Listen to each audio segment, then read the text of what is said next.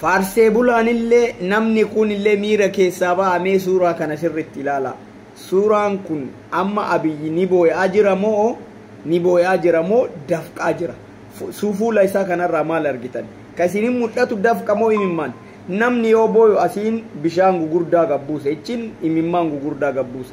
Bakka kanaan booya hin dafqe malee hin boonne. Abiyyi miira keessa galee jaalala biyyaa irraa kan ka'e booyaa dhiira waraanni hin boochifne jaalalli biyyaa boochifte jettanii warri faarsee bulaa asirratti odeessitani imimmaaniif dafqa dursaati adda beeka.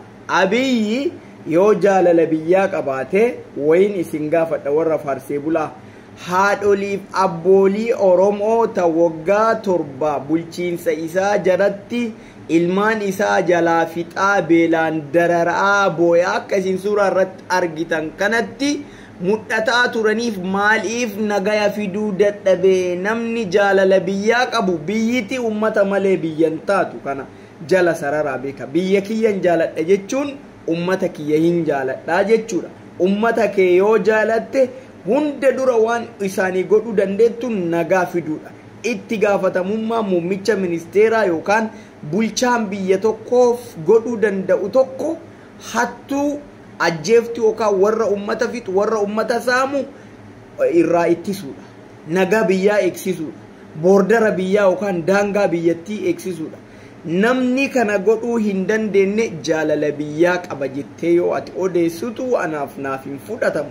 Maaliif beektu wanni jaalala biyyaa hin qabu an jedheef tokko milishaa ofiitti ergee ummata cafacafaan jiru viidiyoon isin kumaatamaan asirratti argitan kan milishaan ummata haadha guddoo abbaa guddaa gadi buuseetumu argaa hin turre.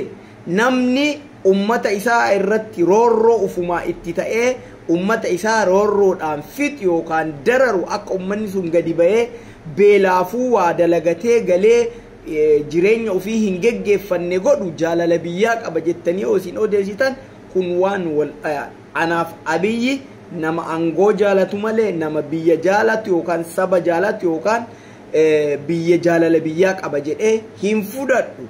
Ela wanni jala sararee isin himu yookaan isin beekuu qabdan namni jaalala biyyaa qabu tokko namni jaalala biyyaa qaba jedhamu tokko yookaan bulchaan biyya tokko jaalala biyyaa qaba jedhamee kan dubbatamu biyya ofii bulchu san keessatti naga lammii yoo eegsise qofa jaalala biyyaa qaba jedhama.